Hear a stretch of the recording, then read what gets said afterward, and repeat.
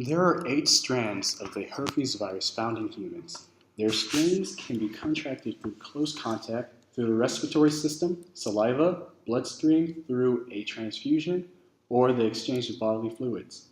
An envelope is made to transport the virus. The virus modifies protein production to produce glycoproteins. These form capsules that store the genetic material of the virus. The viral membrane is necessary for transport and, if damaged, may not allow the spread of the virus. Current treatments include various pills which target the viral enzyme of herpes. Other focuses of study are in microbicides, chemicals that protect a host by killing microbes before entering the body. The most promising results are tenofovir gel and siRNA nanoparticles that are applied right to the skin. The structure of the herpes simplex virus 1 is made up of a double-stranded DNA molecule inside a protein shell called a capsid. About 60% of the space inside the capsid is taken up by DNA, and the rest is composed of water and free-moving small ions that diffuse across its membrane. The length of the DNA stored inside the capsid is many times longer than the radius of the capsid, so the DNA is very tightly packed inside the capsid. This results in the DNA bending to fit and is not a very favorable layout, as negative charges on the DNA repel each other. Bending stresses the genome, and work is required to achieve this shape. The repulsive forces are overcome by DNA packaging motors.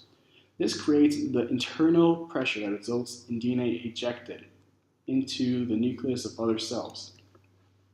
The herpes simplex virus 1, HSV1, has DNA that is approximately 400 times longer than the viral shell radius. As a result, the genetic material is compacted to the point where a large amount of pressure is placed upon the viral shell. The herpes simplex virus infects the cell through the outer membrane. Once inside the cell, the virus attaches to an opening in the nuclear membrane. The enzyme trypsin then cleaves UL6, a protein that acts as a viral cap for HSV1.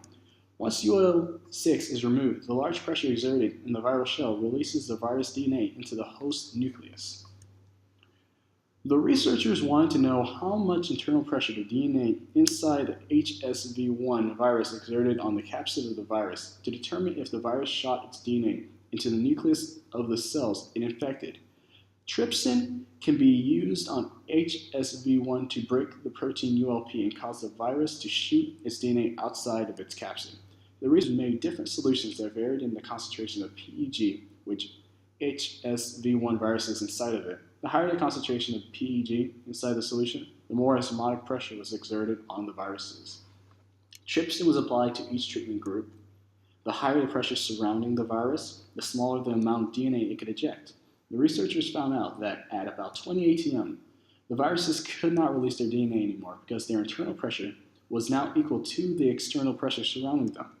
The researchers concluded that the internal pressure within the HSV1 virus is about 20 atm. No cure exists for those infected with HSV1. Current antiviral treatments rely on the targeting specific nucleotide sequences within the virus's DNA of proteins contained within it, rendering it incapable of reproducing. However, like we learned in Module 1, populations are continuously evolving and adapting to their environment.